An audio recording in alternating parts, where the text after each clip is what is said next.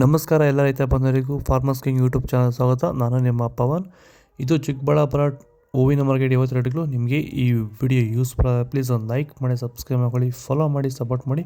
ನಿಮ್ಗೆ ಏನಾದ್ರು ಡೌಟ್ಸ್ ಇದ್ದರೆ ಇಲ್ಲಿ ಕೊಟ್ಟಿರೋ ನಂಬರ್ಗೆ ಮೆಸೇಜ್ ಮಾಡಿ. ವಾಟ್ಸಪ್ ಗ್ರೂಪ್ ಲಿಂಕ್ ಬರುತ್ತೆ, ಪ್ರತಿಯೊಬ್ಬರು ಜಾಯ್ನ್ ಆಗಿ.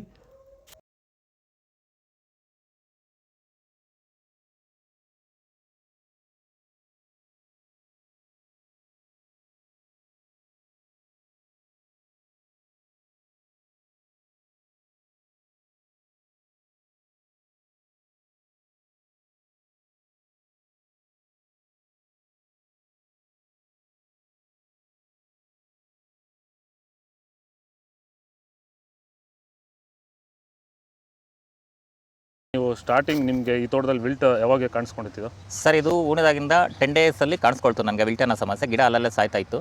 ಸೊ ನಮಗೆ ಮಂಜುನಾಥ್ ಸರ್ ಅನ್ನೋರು ಪರಿಚಯ ಆದರು. ನಮಗೆ ನನ್ನ ಸ್ನೇಹಿತನ ಕಡೆಯಿಂದ ಸ್ವಲ್ಪ ಪರಿಚಯ ಆದರು. ಸೊ ಅವ್ರ ಕಡೆಯಿಂದ ಕಾಂಟ್ಯಾಕ್ಟ್ ಕೊಟ್ಟರು. ಸೊ ವೈರಿಗಾನ್ ಅನ್ನೋದನ್ನು ಯೂಸ್ ಮಾಡ್ತಾ ಇದ್ದೀವಿ.